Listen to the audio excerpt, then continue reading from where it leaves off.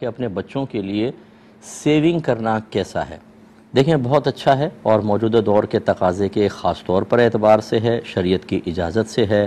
نبی کریم صلی اللہ علیہ وسلم کی تعلیم کے عین مطابق ہے۔ حضرت سعد رضی اللہ تعالیٰ عنہ کہتے ہیں کہ نبی کریم صلی اللہ علیہ وسلم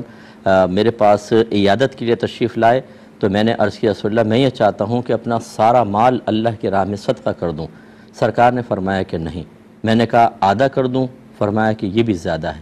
میں نے کہا یا رسول اللہ 1/3 کر دوں؟ فرمایا ہاں 1/3 یہ کافی ہے۔ پھر فرمایا کہ کوئی باپ اپنی اولاد کے لیے کچھ چھوڑ کر جائے،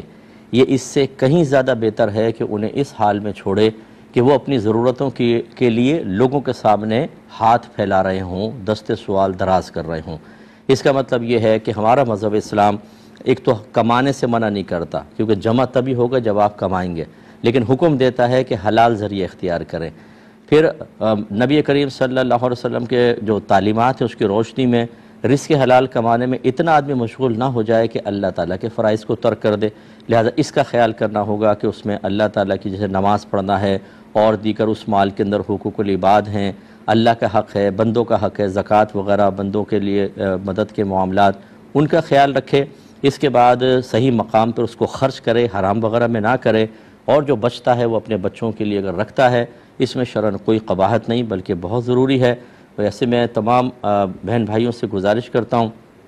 ہو سکتا ہے بعض اس سے برا بھی مان جائیں، کیونکہ بعض جب بھی کوئی شرعی حکم بیان ہوتا ہے تو بعض کے ذاتی مفادات پر انہیں ضرب لگتی محسوس ہوتی ہے تو وہ ناگوار محسوس کرتے ہیں، جبکہ میرا مشورہ تو شریعت کے مطابق ہوتا ہے۔ بعض بچے پیسہ کماتے ہیں، سارا کا سارا پیسہ والدین کے ہاتھ میں دے دیتے ہیں، بیوی بچوں کو کچھ نہیں دیتے، جیسے باہر کما رہے ہیں۔ اچھی بات ہے، سعادت کی بات ہے، ماں باپ کو اہمیت دیں، لیکن ہوتا یہ ہے کہ ماں باپ یہ بیلنس آؤٹ کر لیتے ہیں کہ وہی پیسہ اس کے بیوی بچوں پہ خرچ کرنے کے بجائے تمام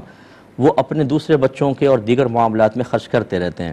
اور اس طرح کے سینکڑوں کیسز آئے کہ جب وہ بچہ اپنی جاب ختم کر کے واپس آیا تو اس کی فیملی کے پاس کچھ بھی نہیں تھا، اور ماں باپ نے بھی لال جھنڈی دکھا دی بھائی بہنوں نے کہ ہمارے پاس بھی تمہارے لیے کچھ نہیں ہے، اور اس کو پھر زیرو سے دوبارہ اپنی بیوی بچوں کو لے کر چلنا پڑا۔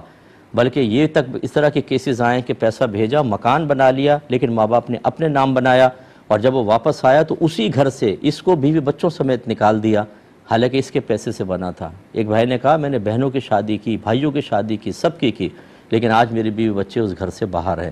تو اس قسم کے جب صورتحال ہو تو اس کا مطلب یہ ہے کہ آپ کو بیلنس قائم کرنا ہوگا، بیوی بچوں کے لیے الگ سیونگ کرتے رہیں، اپنے لیے کریں، اپنے ماں باپ اگر محتاج ہیں ان کو دیں، بھائی بہن محتاج ہیں بالکل دیں، محتاج ہیں تو اگر والدین خود مالدار ہیں، ان کی پینشن آتی ہے 80 ہزار لاکھ پینشن آتی ہے جو ڈائریکٹ اکاؤنٹ میں چلی جاتی ہے، ایسے ماں باپ محتاج نہیں ہوتے، ان کی خدمت کی نیت سے اگر آپ کچھ دیں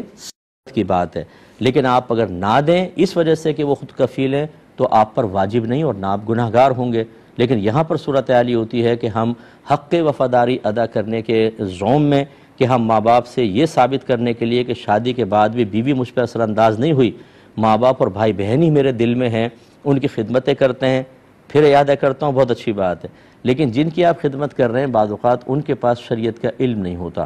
وہ تمام معاملات کو خاندانی رسم و رواج، اپنی سوچ اور فکر اور دنیا کے ذہین لوگوں کے اقوال سے وہ تمام اپنے جو معاملات ہیں ان کو مزین کرتے ہیں، ان کی روشنی میں چل رہے ہوتے ہیں۔ جب شریعت پہ نہیں چلتے تو بعض اوقات پھر یہ آخر میں معاملات ہوتے ہیں کہ کلیشز پیدا ہوتے ہیں اور وہ خلاف شرع عمل کرتے ہوئے ایک بچے کو محروم کر دیتے ہیں۔ اس پر توجہ رکھیں، بیلنس قائم کریں، یہ آپ کے حق میں بہتر ہے، نہ کریں تو ہمیں تو کوئی مسئلہ نہیں ہے، سمجھانا ہمارا کام تھا۔